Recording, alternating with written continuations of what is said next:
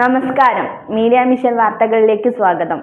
വെള്ളിയൂരിലെ വെള്ളരിയിൽ ബാലൻ കുടുംബസഹായ fund സമർപ്പണം നടന്നു. UDF Velliyur മേഖലാ കമ്മിറ്റി സ്വരൂപിച്ച ധനസഹായം വടകര MP ഷാഫി പറമ്പിൽ കുടുംബത്തിന് നൽകി.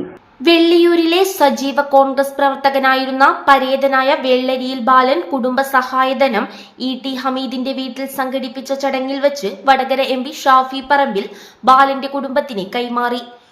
ഈ കാര്യത്തിന് തന്നെ എല്ലാ പ്രയാസങ്ങളും തീർന്ന ആളുകൾ കൂടി ചേർന്ന് ചെയ്തതല്ല.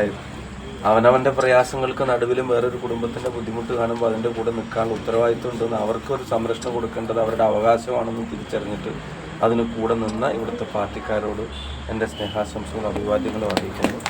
ആ കുട്ടികളോടും കുടുംബത്തോടും പറയുന്ന ആരും ആർക്കും കൊടുക്കുന്ന ഔദാര്യമല്ല. നമ്മുടെ കൊടി പിടിച്ച ഒരാളുടെ മക്കളുടെ കുടുംബത്തിന്റെ അവകാശമാണ്.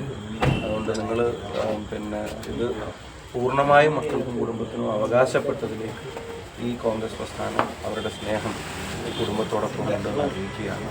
ഈ നല്ല പ്രവൃത്തി മാതൃകാപരമാണ്.